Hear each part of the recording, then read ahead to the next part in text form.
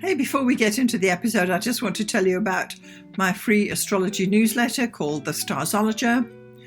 It comes out every Sunday. It's of a lot of interest for astrologers. I explore cosmic currents moving through the ever-changing skies. Most weeks I explore what's coming up in the week and also share some astrology sticky bits and throw in some ideas about buzzing around.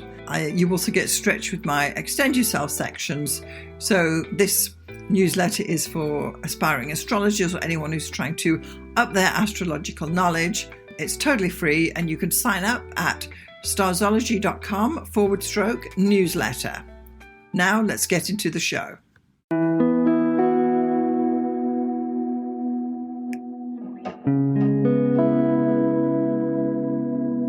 Welcome to the Starzology Astrology Podcast. I am your host, Alison Price, and I'm here with my good friend and co-host, Arwynne O'Neill. Hello, Alison. It's great to be here. So nice to have you again. Now, in this episode, we're going to be talking about Neptune. Yeah. And Neptune in the houses. We are. Yeah. So Neptune is clearly one of the outer planets. We're going to be talking about that a little bit, and we're going to be talking about it through each of the 12 houses. Yeah. So I wonder if we could start off, Arwynne, by you giving us a bit of an overview of Neptune's themes. Yeah, absolutely. So Neptune is one of the outer planets. It's one of the generational planets. It takes 144 years to go around the entire zodiac, and it spends 12 years in each sign. So it was discovered in 1848. Wow, you've got it all. I know. Neptune is a bit of a favorite of mine. Is that right? I do. I love me an outer planet. I do. I love Uranus, Neptune, and Pluto. I love the generational markers that they represent. I love how fashion can be mapped over Uranus and Neptune transits, like so easily that it's just like, holy, wow, this is insane. I can't believe that nobody talks about this in quote unquote, like real life, just astrologers who like notice these things and we're like, hey, look at this. And everyone's like, what? Oh my God. Yeah. So, I mean, obviously take a look at that. Movies actually, and photography came to the fore at the beginning of like when Neptune was discovered. So this is one of those things with discovery charts. When Uranus was discovered in 1781, that's when we had the Industrial Revolution and we had like the discovery of like, all of electricity. Exactly. It was also the first planet that was discovered by the use of telescope versus just being able to actually see it with the naked eye. So it has this scientific sort of electric kind of component to it just built in. Neptune also has a built-in thing with when it came about. The arts that were flourishing at the time were very like the sort of Rousseauism and the nature and like so the romantic period right. Yeah, so the art movement, the art movements that were popular at the time were very Neptunian. So when we think about like the discovery of Neptune, it coincides with all these very Neptunian themes that were going on in the real world. And so in your chart, let's just kind of like pull it down a little towards the more personal. It represents, aside from just the generational things, it sometimes represents where you are maybe deluded, or where you are creative, or where you are like sort of artistic, or possibly glamorous in your life, where where you suffer from illusions, possibly. Yes. So it's a fine line, isn't it? It really is, yeah. And it can be a beautiful, wonderful, glamorous planet, and it can also be a very deceptive and sort of drowning in effervescent. So I'm thinking it's very like F. Scott Fitzgerald, and that kind of that drunken sort of like creative genius sort of thing, but also very sort of hazy and kind of nebulous and it's a tricky planet to put your finger on. Exactly, it so much is, and it's interesting because one of the books that I'll be quoting from in this episode is The Astrological Neptune and the Quest for Redemption by Liz Green, and in her intro to this book, I think it's in the intro. I actually honestly haven't bookmarked it, but she also did a book about Saturn, and she like that one apparently went like clockwork. It was fine. And then when she sat down to write the Neptune book, it took forever, and there were all these delays, and she just couldn't. In the nature of Neptune. In the nature of Neptune, and it's kind of funny to think that even this this goddess of like modern astrology, Liz Green, has wrestled with Neptune to get this, and it's a massive tome. It's not like she just kind of like went, oh, okay, here's my Neptune book, blah blah blah. Like, no, it's like 500. This pages. is a substantial book. It's massive, and she's. Obviously, she's not obviously, I guess. For me, it's obvious because I have read so many of her books, but she's a mythological thinker. And right. So she is constantly bringing in mythological themes and archetypal examples of mythology that are represented by the different placements of things. And so her Neptune book really spoke to me because I'm kind of a mythology aficionado. And yes, with the goddesses and whatnot. But I also really like the modern resonances of it. And, like for example, the show American Gods, or there's a new show on Netflix right now with Jeff Goldblum, and it's based on, I can't remember the name of it, but he plays Zeus. It's basically like the combination. It's like, what if the gods of Mount Olympus were like the Kardashians? I haven't seen it, but it sounds amazing. Mm-hmm. Like, I'm dying to see it. Sounds like it's just up your street, right? Right, exactly. It's It's the family that we need right now. The family drama we are all asking for. Yeah. So that's Neptune in a nutshell. Neptune in a nutshell. Yes, if you can put your finger on it, you're doing well, right? Yeah. Well, this is it. It's one of those planets. It's not the easiest planet to understand. It's not the first thing you're going to understand. But we all have a Neptune, and we all have it. It's only in several signs because of who's alive today, but it could be in any of the 12 houses, and that's what we're going to be looking at. So the air houses are the areas of life. Yes. So we're going to go through from 1 to 12 and see what we can explore. And hopefully for our listeners, they can resonate with one of these interpretations that we're going to be putting forward. Absolutely. Let me just give a really quick quote from Liz Green here. In the book that I just said, she has an intro to the Neptune in the Houses chapters. Right. And here she says, the house in which Neptune is placed in the birth horoscope is the arena of life in which we seek redemption, the real world beyond the veil. If we wish to understand Neptune's varying expressions through the houses, we need to bear in mind its archetypal core. Every planetary symbol portrays an essential meaning, distinct from that of any other planetary symbol and consistent with whatever the level of expression, blah, blah, blah. So Neptune portrays our longing for Eden, the longing that represents that renders the individual's ego boundaries porous and the ocean of the collective psyche seeps in. So it may be, exactly. The look on your face is precisely what is intended. And the longing for Eden. The longing for Eden, the longing for redemption, the longing to submerge yourself in, and sort of dissolve your boundaries. And so it could be a longing for community, or it could be a longing for something that's beyond yourself, beyond the pedestrian, beyond the realm of the everyday. So it could be where you yearn for some kind of redemption or some kind of submerging or some kind of like escape, right? Or to transcend the everyday and the pedantic, and that's where that glamour comes in. And it could be someone who wants to put themselves forth as more than they are, as more than the pedantic and the pedestrian and the normal, what you would just see. Yeah. So casting a glamour in the old sense of the word, not just like the beautiful, but also casting a spell, kind of like casting a spell that enables you to come across as something that's kind of larger than life, like the Wizard of Oz, like the don't look at the little man behind the curtain, the great and powerful Oz is the Neptunian projection. Well, we've got to tap into this, Arwynne. Right? Yeah. Yeah. But it's not all great. It's not all, whatever. The glamour can also have a dark side, and it can also be where you are either a victim or a victimizer. So you can actually delude people or deceive people based on your Neptune placement. And the sphere of life where you have Neptune it also, where it depends on the aspects and all. Like, sure. So, so it's about fantasies, and it's about sometimes self-victimization, about, maybe when we've talked about Neptune in the second house, we've talked about, having a weird watery sense of your finances, and money comes in and money goes out and you don't know where it comes from. And maybe you'd rather not deal with it and it's all too much, and taxes, scary.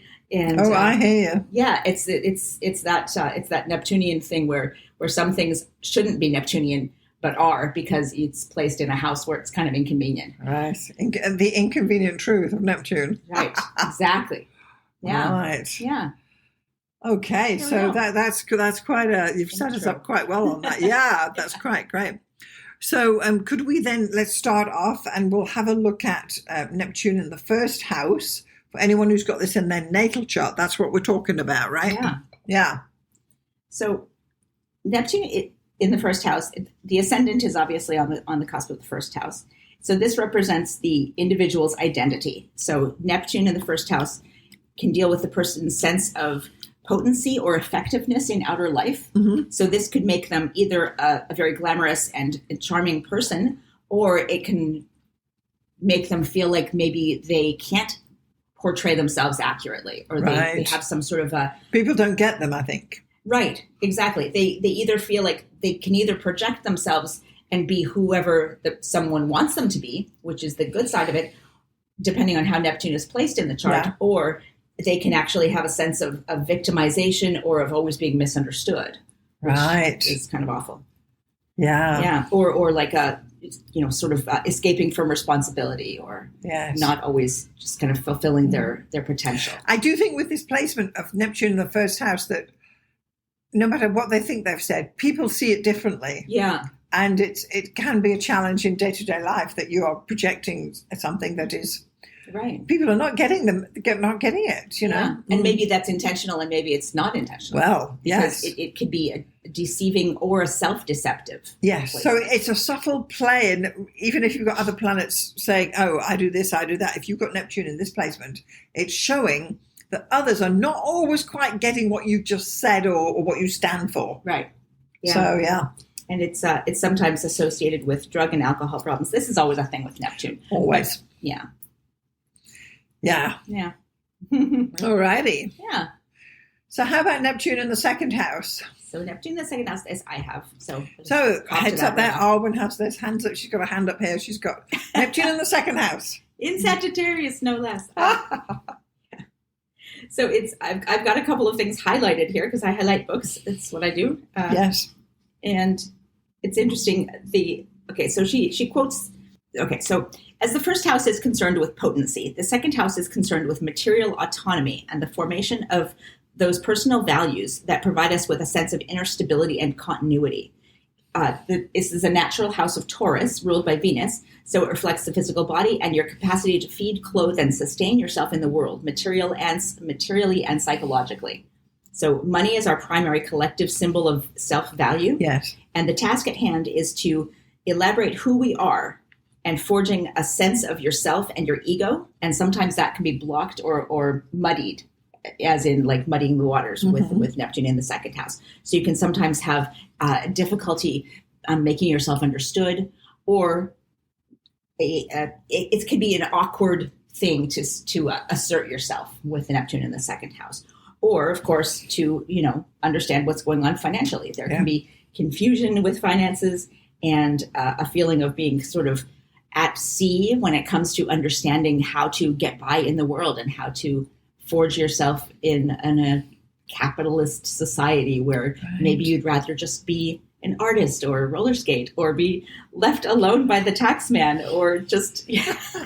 So would you say that this is clearly reflecting it as a thread through your life then? I mean, I've gone through periods where this is definitely the case. Mm-hmm. The sense of financial victimization and the pain of unlived or unrecognized talents, as Liz Green said. Okay, right.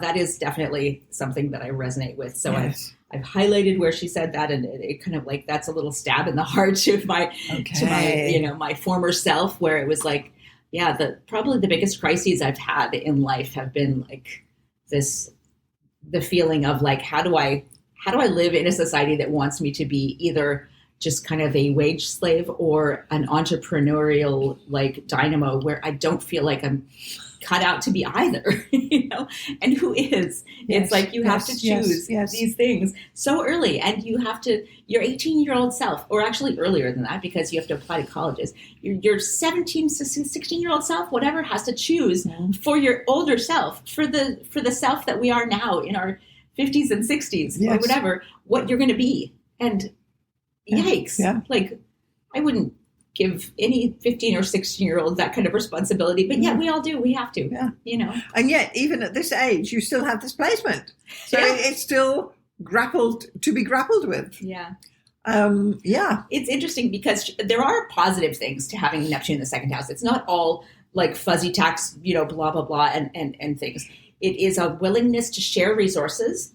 It's a generosity of spirit, and it's a sense of wanting to wipe away the sins of materialism and to wipe away the sins of greed and envy, and to sort of level the playing field. And there's a compassion that comes about. And I definitely, I see that is you. I do. I one of the things that happened when I first started, being a little bit more financially responsible, was that everybody around me benefited. The homeless in our neighborhood benefited immediately as soon as I started to have any spare change to give. I've always donated clothes and books and everything, and I just don't like to see anything go to waste. So I think that's also a very, Neptune in the second house thing. It's just, it's, wanting to pay it forward and to be known as a generous and compassionate and good person. Yeah. Well, I see this in you. And of course, in this podcast as well, that you are generously paying it forward here as well for everyone else who's listening, which is lovely. And thank you. Yes. Well, amazing. That brings us to Neptune in the third. Neptune in the third. Yeah. So the third house is associated with education, communication, and speech. It represents the world of the mind. And when we have Neptune in the third house, this is an interesting one. So these can be people who are beautiful communicators, who formulate ideas and put forth images maybe that are beautiful and communicate to the soul of whoever's watching or listening. I can think of, like painters or filmmakers. Banksy. Yeah, exactly. People who communicate to the world with, through their art, through their imagery, through dance, even through performing arts, not as much through like written communication, but through the visual. Oh, absolutely. Yeah. Yeah. Through a visual medium or photography, these things that are ruled by Neptune, through the film and the more immersive kind of performing arts and things, and poetry even, or music. Yeah. Advertising. Yeah. Right. I mean, it's the propaganda. It's that dark and light, thing, right? The propaganda side of advertising. Yes. It's, there's a sense of, communication can be used for good, or it can be used to deceive and to pull the wool over other people's eyes, and to sort of use people's empathy and use the fact that you can communicate with them so well and so easily, and use that to charm them and make them buy things. And, you need this eye cream. You need this, wonderful conditioner. These awful like Instagram ads that are constantly projecting themselves to me, where these women have the most amazing hair, and they start out with like the scraggly gray, like unruly hair, and then they smooth this whatever goo through it, and it's like, oh, it's silky and beautiful and bouncy and curly, and I'm like, no, the algorithm, leave me alone. Stop it. The power of persuasion. Yeah, exactly. And it just tugs at your like Neptunian insecurities. Yes, interesting. Yeah. Wow. Yeah. Yeah, that's a great one. Yeah.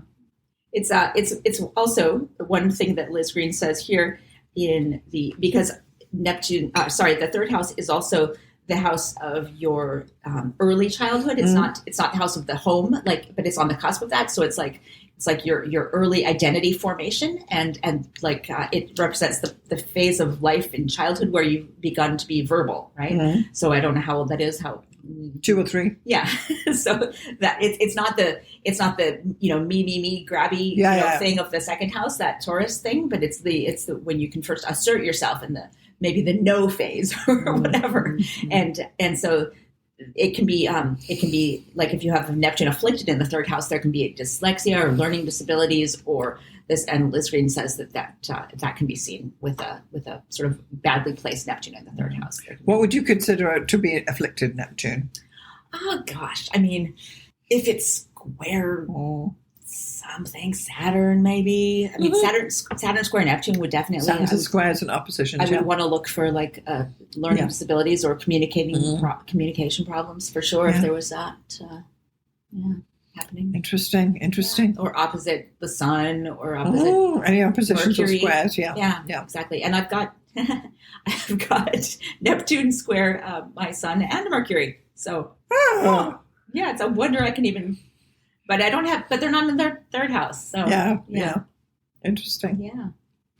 All righty. So Neptune in the fourth house. Yes. The fourth house is associated with the home, family, roots. Your father usually. To put my hand up to this one. Yeah. Oh, right. Well, tell us. Yeah, all of that. Yeah. Yes. Amazing. What can I say? My father was a Pisces. Yes. It's all there. My father, yes, he liked his beer. Yes, indeed. But he was also an artist, and a photographer. Oh my God. So back in the day, yeah. Wow. I mean, okay. So Liz Green says the father, when viewed through the lens of myth, embodies the realm of the spirit, and this is if you have Neptune in the fourth, the invisible progenitor who rules in heaven and continues to look after his children even when they're unaware of it. The spiritual father is a repeating motif in legends and myths of every culture, and his invisibility confers the sense of destiny on his offspring. So the domain of the fourth house becomes a house of mystery, where something hidden must be sought, and the archetypal father provides an eternal spark of divine life that animates the body from within. Wow. So you have gone on to become an artist and internalizing that archetypal, mythical. Well, it was always the case when I was a kid that, after dinner at the dining room table, we would clear the table because we were going to do some art, or he was going to do some pen and ink, or some model making, and there was every night there was something going down. That's amazing. But his job was as a photographer in his day job. Yeah. And even at weekends, we would have to get in the car because I specifically remember he used to write articles for these farming magazines about things in the country, because we lived in the country, not in the city back then. And there was one particular one where he did an article about the windmills of the Fens. So the Fens is a place in England, it's this area, and they've got a load of windmills, very much like Holland. Yeah. And there was the ancient ones and the not so ancient ones, and we'd have to spend our Saturdays in the back of the car while we drove to this particular windmill that was built 100 years ago, and he took all the photographs for this article he was writing. Wow. I know. That's so cool. Well, it is now, but at the time, oh God, we got to sit in the car because we couldn't be left at home alone. We had to go. And it was like this day trip, and there were sandwiches and, Wow. But that's what those are my memories of what he did in his spare time. He definitely got down to he had a typewriter, and he used to sit in the window writing his articles. God, and it's funny, we've known each other for so long now, and I don't think you've spoken about your father very much at all, but I can see his influence. I see the archetype of your father now bursting out from every wall of we're sitting at your dining table right now, and there are notebooks full of pressed flowers and pencils and watercolors sitting here on the table as we're podcasting from the table. And I'm basically converting my apartment into a studio. It's a studio. It's not even an apartment anymore. I've decided it's just. Someone was saying to me the other day that there's a lot of visual clutter in here. I thought, well, what? Get over yourself. Yeah, clutter. Yeah. I never. Oh my God. It's how dare they?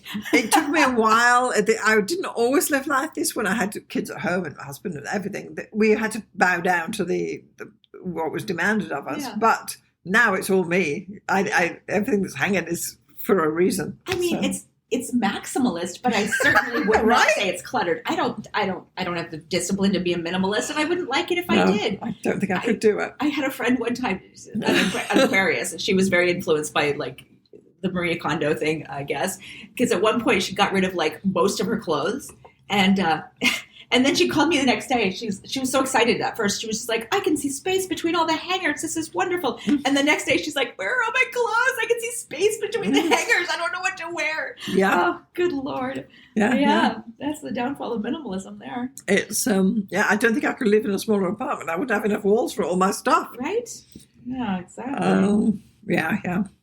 Well, the last thing that Liz Green says about this, and this is just reinforcing what we know to be true of you, is that reality sometimes will seem to conspire with the projection of your embodied fourth house of like the spiritual sense of the person, the father, the projection of the redeemer. You want to heal, and whatever house the Neptune is in, there's a savior victim sort of thing that permeates the sense of the father and colors your emotional attitudes towards him. So reality sometimes will conspire with this projection, she says, but he may provide an excellent hook on which to hang those projections.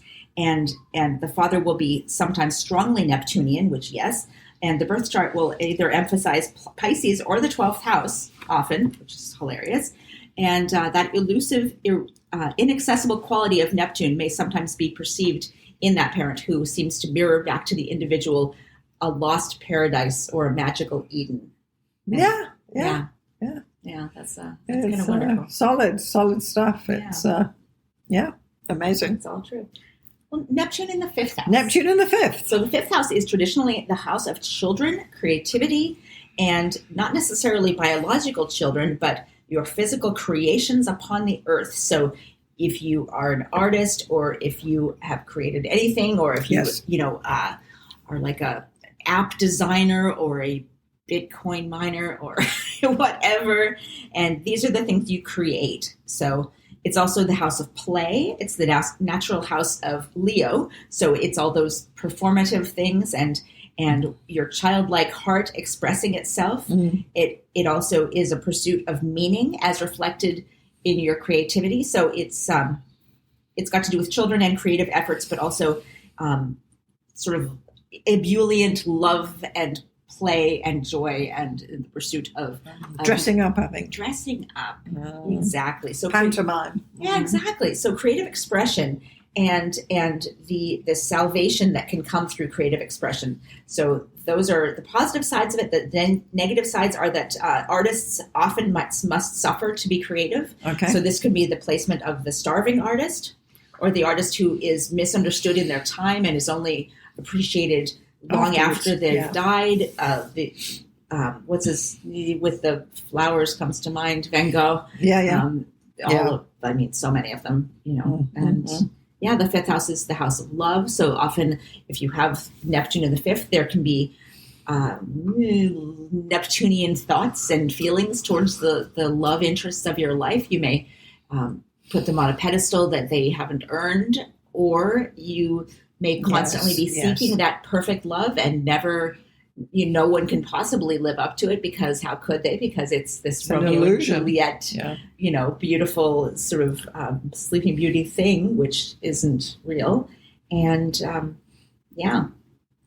it's a beautiful placement, but it could also, I think, be really difficult, especially in the modern era where so much is transactional in life. Yes. So much is more Virgo than Leo in our daily lives. It is. And the modern market of creativity, like where you have to then productivity. Yeah, exactly. If you want to be creative now, you have to have a website, and you have to have a way to monetize it, and you have to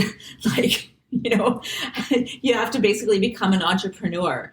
And like Van Gogh wouldn't exist. We wouldn't have most of the artists throughout history if those were the requirements, because they didn't have an entrepreneurial bone in their bodies. No. I mean, they were borderline crazy, half of them, and maybe they had a brother or a benefactor or the church patron. Exactly, a family, a wealthy family that was willing to put up with their ego and their lateness and their alcoholism and their love for young boys and God only knows what, and just kind of went, all right, well, he's sculpting amazing things for us. Eventually, And but these days it's never been harder, I think, to kind of, live. Well, we're grappling with this, aren't we? We're grappling with it. We are. And I mean, just to I think to a smaller degree, just because we actually, both of us have day jobs at the moment, but we are employable at this stage of life, at least. And we're not, But creativity lives on. It does. It does live on. It finds a way. It finds a way. And this is the wonderful thing about creativity. Mm-hmm. So, the pursuit of idealization in love and in your creative output and through your children. So that could be also a difficult thing if you think your children are the second coming of something, and you're sadly disappointed when they don't appreciate your efforts. But it's definitely a gifted sort of placement if you can channel it properly. I think so. Yeah. Great. Yeah. So Neptune in the sixth house. It's the house of Virgo. So this is obviously a little bit of a conflict because Neptune is ruled by Pisces, or maybe the other way around. I can't remember. So it's opposite. And it's as Liz Green says here, right in the first sentence, the sixth house has always had bad press. Yeah. Well, and it's equated with duty, service, and health. It's also suffered the indignity of being the ruler of small animals. I love me some small animals. I don't know what she's talking about. But she says that Mercury is the natural ruler of the sixth house, and Mercury is wonderful. So whatever Mercury does, whether it's, as she says, guarding travelers, helping thieves, or acting as a messenger for the Olympians, inventing musical instruments, or guiding the souls of the dead, he is the god of borders, interfaces, and connections. So the sixth house is an interface between what is above and what is below. And although it is an earthly house, it is also an arena where we have developed the preceding 5 houses, and we anchor them now in everyday life. So if we have Mercury in the sixth house, Neptune in the sixth house, maybe this means that we can actually bring those energies forward into our daily life. Into form, Yes. So it can be the incarnation of those Neptunian faculties into the daily life. And one thing negatively that could also happen is that this can create a sort of a sense of hypochondria or illnesses that are hard to diagnose. Yes. That is a very difficult thing with Neptune in the sixth. Elusive. Yeah, elusive. It can also feel put upon and like maybe allergies or like skin conditions or sort of nebulous, like what is going on? Vague. Am I allergic to this or that? Or why can't the doctors diagnose it? Or, that kind of thing. And it can become a task where you feel constantly kind of victimized by your own body or maybe, it's all in your head, and that's awful. So there's another pill, right? Mother's little helper. Right. And it's not even just mother anymore. Now it's like, everybody, whether it's Ambien to help you sleep or Adderall to help you stay awake and study. Yeah. Everything is okay, which is kind of crazy. It is. Yeah, but there's a feeling of helplessness and victimization that can come along with living in a chaotic and disorderly world. Okay, is what she says here, and that's just having a Neptunian placement in a Virgo house is yikesy. Yeah, but you can also use your creative vision through skills, crafts, rituals, and the experience of everyday life and infusing it with meaning and putting beauty into physical day-to-day existence, which can be a wonderful expression of that placement. Sounds great. Yeah, totally. Neptune in the 7th. Right. So, yes, the dream of a perfect union. Oh. Yeah. Well, they say a night on a white charger or... Yeah, exactly. And it's this dream of the perfect partner, the perfect marriage, the perfect relationship, that glamour that you project onto the other, and the disappointment that comes along with no one ever being able to possibly live up to the dream. That dream, wanting to be saved, wanting to. This is it. This is it. Being saved by your marriage. Yeah, exactly. Yeah. Or by any anyone you see as a partner. Right. Maybe putting all of your eggs in one basket with a business partner and then being disappointed, putting everything into very tricky. An early marriage, and then suddenly finding yourself, who am I even without this person when it fails? Yeah, it's a very tricky placement in the 7th house, I think. Mm-hmm. So when you have consulted people, when you see this placement? They've got illusions about the partner. Yeah. That he's Mr. Wonderful, but he isn't. Because, gosh, he's got another family, or gosh, there's these problems, and they glamorize the partner. Yeah. And say, isn't Bob brilliant? Blah, blah, fish-based. And you're thinking, don't you see it? And they don't see it. Yeah. So, yeah. It's a very tricky thing. Or you can, of course, if we go down the addiction route, then your partnerships tend to have addictive behaviors. Yeah, the enabler. Well, yeah. Yeah. Whatever it is, whether it's, just, drinking or whatever. Yeah. But there's always something going on with Neptune. It's that thing you can't put your finger on, and you think, well, let's just sweep that under the carpet again and move on because Mars is demanding this and Saturn wants that, and you just Neptune festers away. I think. Yeah. It says in this book, it says placements in the 7th house, Neptune in the 7th house. All the characters in Neptune's drama, devouring oceanic mother, divine redeemer, and suffering victim, are usually projected at one point or another onto someone else during the course of their lifetime. Yes. It's not their fault, it's the other person. Exactly. Mm-hmm. Yeah, exactly. And society, too, can be a source of, they can feel like they're persecuted, paranoid fantasies. Yes. Yeah.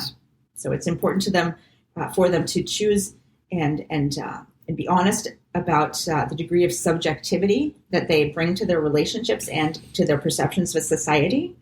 And they should tread carefully when you get married. Oh my gosh, yes. Yeah, disillusionment with others can be the natural. And you get people with this placement who think they got married because they were in Vegas, but it actually wasn't legal. So you've got that problem as well. Yes. Wow. Yeah. I mean, you and I don't have these issues, but certainly you do, where you've got this. It's not very clear what's going on. Yeah. Where's the paperwork? Right, for sure.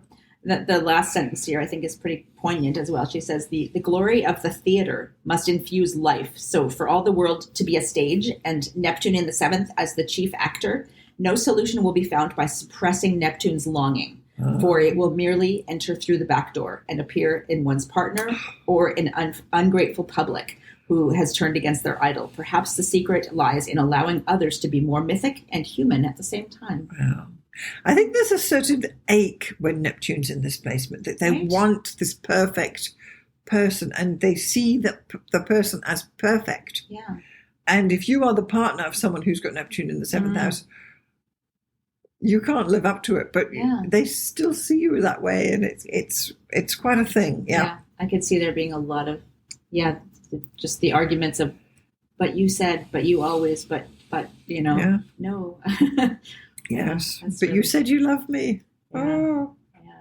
Right. I do love you, just not that way. Yeah. Moving on. I love her too. Yeah, but I love her too. Yeah, you heard it all. Neptune in the 8th. So it says Neptune in the 8th, like the 6th, has a bad rap, although for very different reasons. It's generally viewed with apprehension because it's associated with death. Sure. It's also associated with sex, with complex issues of physicality and with temporary, the things that we want to be eternal, which are temporary, or things that seem to persist, even though we wish they were temporary, like taxes and inheritances. It goes on and on and on. Yeah, other people's property, OPP, exactly. It's good. Yeah. Dad's will goes on and on and on. Exactly. The past we may be done with the past, but the past isn't done with us. There you go. That's a good one. Yeah. And so and of course she's a bit of a mythological, obviously, astrologer, and so what she says here is that there can be sort of an ideation about death, even, and that is interesting. Mm-hmm. Yeah. So planets in the 8th house sometimes come with unplumbed depths in the psyche. They can shatter the sense of safety in the modern world and give you a compulsion or an obsession with thoughts of death and the temporary nature of existence. And if you go down that rabbit hole, which is... It's complex, it really is. Yeah, exactly. So Neptune is sometimes experienced as compulsive, incoherent longings about eternity and consciousness and the yearning for something more spiritual, but nebulous. So there can be like a sort of a nebulous sense of, it's not like a religious yearning necessarily. It can be, but it can also be just a yearning for oblivion, a yearning for to be submerged somehow in like drugs or this is the thing. Something. This is the thing. Or sickness even. There's states of depression, mental illness, of just a perpetual illnesses that are lingering, that can kind of throw your life into malady. Is it? Like constant. There was such an 19th century thing. Women who would just be like confined to the room, or just like the Emily Dickinson thing, or like well, they still get it today, right? They live in their mother's basement. These or like the what's the word, like Lyme disease or some of these other things, which they're only now starting to kind of diagnose properly, where people are just sick for decades and weak and have their immune system is just under attack, and doctors are like, we don't know. Try another drug. Try another drug, or they just like it's too expensive to continue to run tests, so they're just left adrift. Yes, tricky placement, that one. Yeah, exactly. Okay. All right. So Neptune in the 9th house. Woohoo! It's the house of, it's Jupiter's natural house. So that is interesting. And Neptune is about spirituality sometimes. It can be, and obviously Jupiter is religious sort of thing. The 9th house is about travel abroad. It's about studying, higher learning. It's about religion, travel for sure, expanding your horizons, whether it's internal or external. And so there can be a yearning for a religious experience, religious ecstasy. Yes. Yeah. Meeting God almost. For sure. Yes. Yeah. Yes. Yeah. And like clairvoyance, senses of another world, that they're able to sort of breach the gap between life and death, or see things that other people can't see. And bring those things back and talk about them. And it says that travel is essentially one of the domains of the 9th house, where you can become a different person and you can broaden your perspective. So that is really important if you have Neptune in the 9th house, to broaden your horizons and to not have sort of that parochial kind of. Yeah, exactly. It prevents you from maybe becoming a bit of a zealot. Right. So,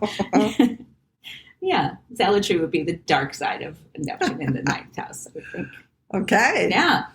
Neptune in the 10th. Right. So the 10th house is about your status in the world. It's about your achievements, your career, how the world sees you. It's about the mother, and that you can, if you have Neptune in the 10th house, you may idealize your mother. You may have the sense that she was either a saint or like an incredibly powerful and glamorous individual. Yes. And the image of the mother looms large in your consciousness. Yes. And you may perceive the world through her vision for the first stage of your life, until you somehow kind of make your own vision, because that can be an overwhelming sort of vision. And fulfilling your mother's needs, like maybe you are sort of living out her projection of what she wants. This is it. I think here you end up choosing to be, say, a doctor because that's what she wants. Exactly. Yeah, exactly. Yeah. So you've got that thing where what you do in the world, or what you do for a living, basically, tends to be what she wanted. Yeah. Yeah. I'm reminded of that. There's some joke about help, my son, the doctor is drowning, or whatever. Yeah. Anyway. So equally, it can be the mysterious and glamorous projection that you put forth to the public. So that's that Greta Garbo thing of like that mysterious and glamorous thing where you want to. I think any planet in the 10th house, you're going to project it onto the world that you're this fabulous whatever, but it's an illusion. It's an illusion, exactly. And it's the makeup, the hair, the whole thing, the whole package, and Yeah. And it says that there can be an overwhelming sense of needing to have an impact on the world, of needing to make your mark, of needing to inspire the collective with your whatever. Again, it's an ache with Neptune. Yeah, absolutely. Yeah. There's a lot of aching going on with Neptune placements. It is. And it's about where you find that yearning. And it says, it's right in the title. It's that quest for redemption, that feeling that you must contribute something. You must do validate what you're greater doing. Than yourself, and have a lasting impact that goes beyond this world, beyond the realm of the earthly. Yeah. Interesting. So Neptune in the 11th house. Yes. The house of hopes, wishes, groups of people, friends, and community, and your ability to positively affect others. And I would think the community organizer, the person who wants spiritual leader or community leader, the city planner who wants to, like the Jane Jacobs type of city planner who wants to equalize. It's got a vision. Has a vision and thinks that the way that community and life is organized can be improved for the better, for not just for the better of like this life, but for a grander sort of, it's a big scale sort of yearning for the ideal community. For utopia. This is a utopia yes. placement.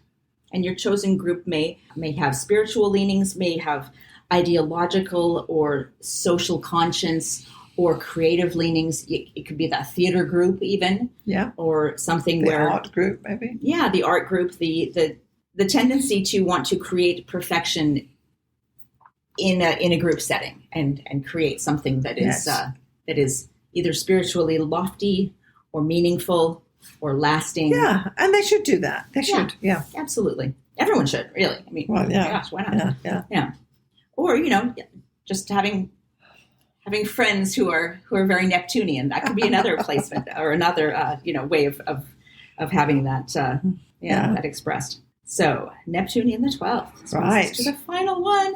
And this is the home of it is the home placement of Neptune. So the waters of Neptune are churning at their deep. Yes. Their deepest in this house.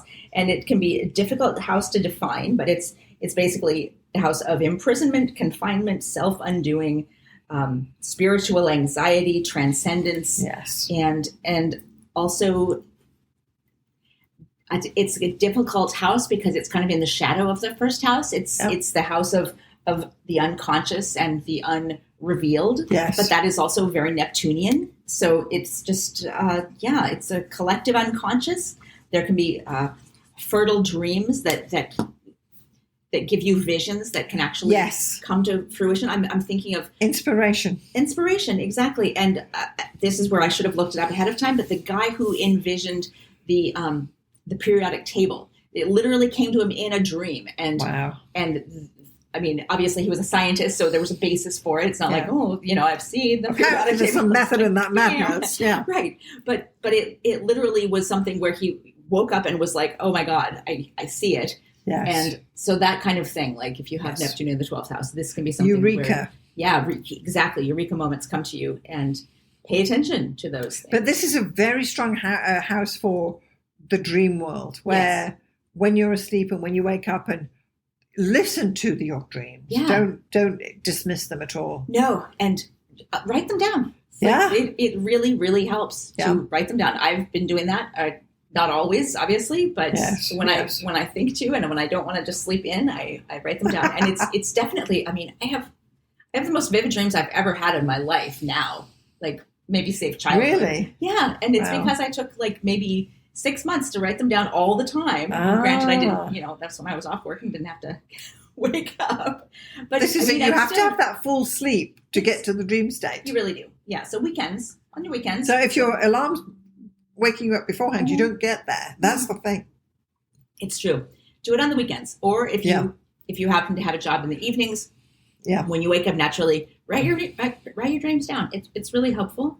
And it will help you remember your dreams, which actually is valuable because if you have displacement especially, or even if you don't, your subconscious is constantly working. It's processing. Your body sleeps. It's processing. Your brain never sleeps, which is bizarre. Apparently. It's bizarre. I've been reading about this recently, and they say that really you must have decent sleep, 8 hours basically, for your brain to clear the clutter and process and sort out what happened in the day. Yeah. And if you constantly have fragmented sleep, your brain cannot sort this lot out. That's why it's considered a method of torture to keep people awake. Because you will literally newborn go babies. Insane. Yes. Yeah. But this is it. And you know, after you've had a kid, you never sleep again, you know. Yes. But if you don't get your solid sleeps in so that you can go through that whole cycle of and get to the REM cycle at the end, you're doing yourself a disfavor, and it is important. Yeah, it is important. So if it would be remiss of us not to talk about the dark side of this. Yes, let's go there, Arwynne. So Neptune in the 12th. Yes, this individual may see himself or herself as a Christ-like figure come to save the suffering world. They also may have visions of a perfect society or something that they can do to actually bring about that perfect society. They may associate themselves with sort of an underdog, champion, like the populist It's champion. in the 12th house. It's behind the door. Exactly. The little man behind the I'll curtain. just stand here in the shadows. Yeah. And don't mind me. I've got this vision that I'm going to help everybody. Yeah. I'm going to bring about the revolution. Yeah. Yeah. So that tricky placement. Yeah, exactly. It can be, maybe you are the savior, or maybe you're like Charles Manson and you're just leading people into destruction. Yep. Yeah. So it can be visionary, artistic, or it can be addicted and invalid and psychotic. And it's that dichotomy or of both. Neptune, or both. Exactly. Yes. Why not? This is it. As an astrologer, you see these placements, you think, do I want to talk about alcohol with this woman? But no, but they bring it up anyway. Yeah. So, it's just what it is, right? Yeah, totally. So whilst it's in its own house and it's a very strong spiritual placement in this day and age, you've got to get it in perspective. Yes. Yeah. For sure. Yeah. So Neptune is a tricky planet. Yeah. It doesn't mean to be, and you don't think it's tricky to start with until you start digging into it. Yeah. But when you go through all these houses, as an astrologer, you see it. It's, as I say, it's not the first planet you look at. Yeah. But you can see it in these placements. You think, she's rubbish with money, and you just know it. Yeah. It's funny. There's no. I mean, this book was written, in the back in the day, and she doesn't recommend,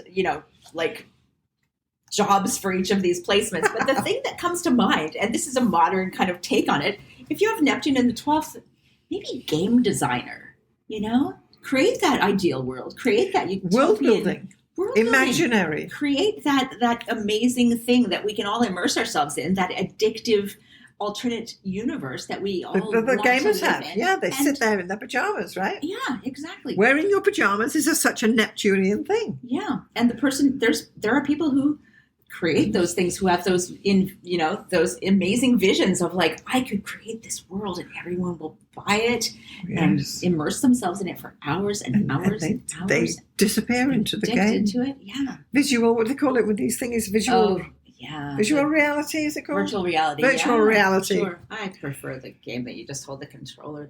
Well, I don't know, but they haven't perfected that virtual reality goggles yet. It's still very unwieldy and uncomfortable. But yes, who's in the lineup to get them? Well, it's the Neptune in 12th house people. It really is. Yeah.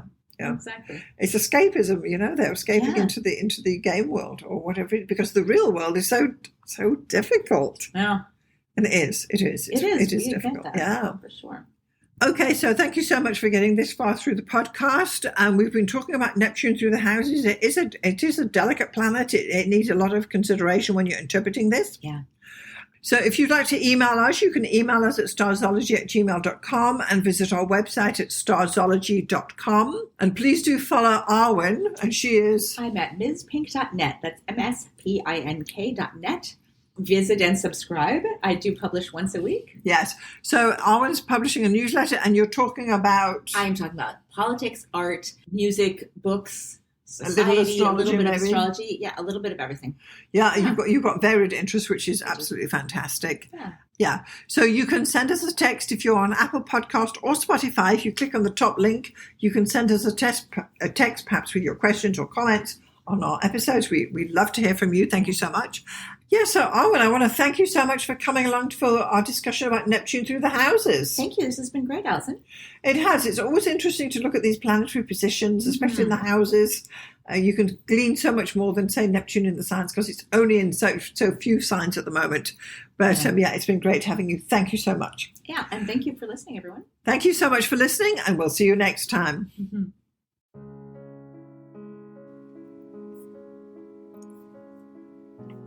Thanks so much for getting this far through the episode. I just want to take a moment to tell you about the two main options of my astrology services. So the first one is coaching. If you are an aspiring astrologer, and by that I mean someone who's perhaps a hobbyist astrologer or someone who's learning astrology or a student, or you've got a few books and you've been doing it for a while, but perhaps you need a little bit of help to bring it all together, then maybe getting some astrological coaching from me would be the answer for you. The astrology coaching I offer is a 1-hour session on Zoom, and it's tailored to answer your particular questions. For example, if you have issues with natal chart readings, we can go there. Or if you're having problems working with your forecasting, we can go there. Or even basic astrology stuff, or even getting yourself organized for your astrology business. The idea is that astrological coaching will answer your particular questions. It's tailored specifically to you and where you are in your astrological journey. And I'm happy to help you out with some guidance about how you can get going, what to focus on, and what to dismiss. So that would be the astrological coaching for people trying to learn astrology. The second astrological service I offer is consultations. So this is for someone who perhaps doesn't know anything about astrology, but they just want to have their chart read or get their chart done. Call it what you will. So once more, this is a 1-hour consultation over Zoom. I will interpret your chart, tell you about the main features, tell you about where the energy is flowing, and all the rest of what is entailed in a thorough natal chart interpretation. I can also add in some forecasting in there too, bearing in mind we only have 1 hour. So just in summary, I've got coaching for people who want to learn astrology, and I've got consultations for those who want to get an astrology reading done. I'm Alison Price from Starzology.com. Thank you so much for listening. We'll see you next time.